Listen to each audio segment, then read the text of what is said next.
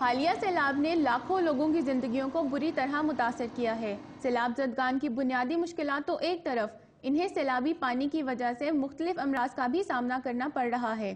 معالجین کا کہنا ہے کہ سیلابی پانی میں موجود جراثیم انتہائی مضر صحت ہیں، جس کی وجہ سے جلد، پھیپھڑے اور معدے کے امراض لاحق ہونے کا خدشہ ہے۔ لیکن جو زیادہ سیریس بیماری ہیں وہ جب یہ پانی انجیکشن یعنی آدمی کے پیٹ میں چلا جاتا ہے تو اس سے کافی ساری بیماریاں جن کو ہم کہتے ہیں واٹر بورن بیماریاں یعنی پانی سے پھیلنے والی بیماری، اس میں سب سے زیادہ بیماری کامن جو ہے وہ تو گیسٹرنٹائٹس ہے۔ سیلاب سے متاثر ہونے والوں میں ممکنہ بیماریوں کی زد میں آنے والوں میں زیادہ تعداد بوڑھوں اور بچوں کی ہے۔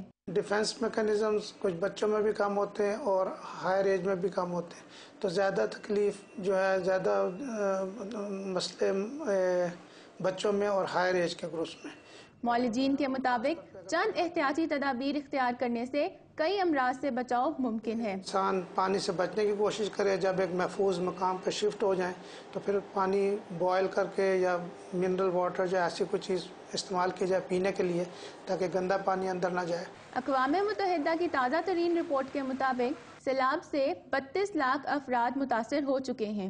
معالجین کی رائے اپنی جگہ، تاہم دیکھنا یہ ہے کہ سیلاب کی وجہ سے لاکھوں بے گھر اور اجڑے ہوئے خاندانوں کے لیے بیماریوں سے بچاؤ کی عملی تدابیر اختیار کرنا ممکن بھی ہے یا نہیں۔ عروج جاوید، ڈان نیوز، اسلام آباد۔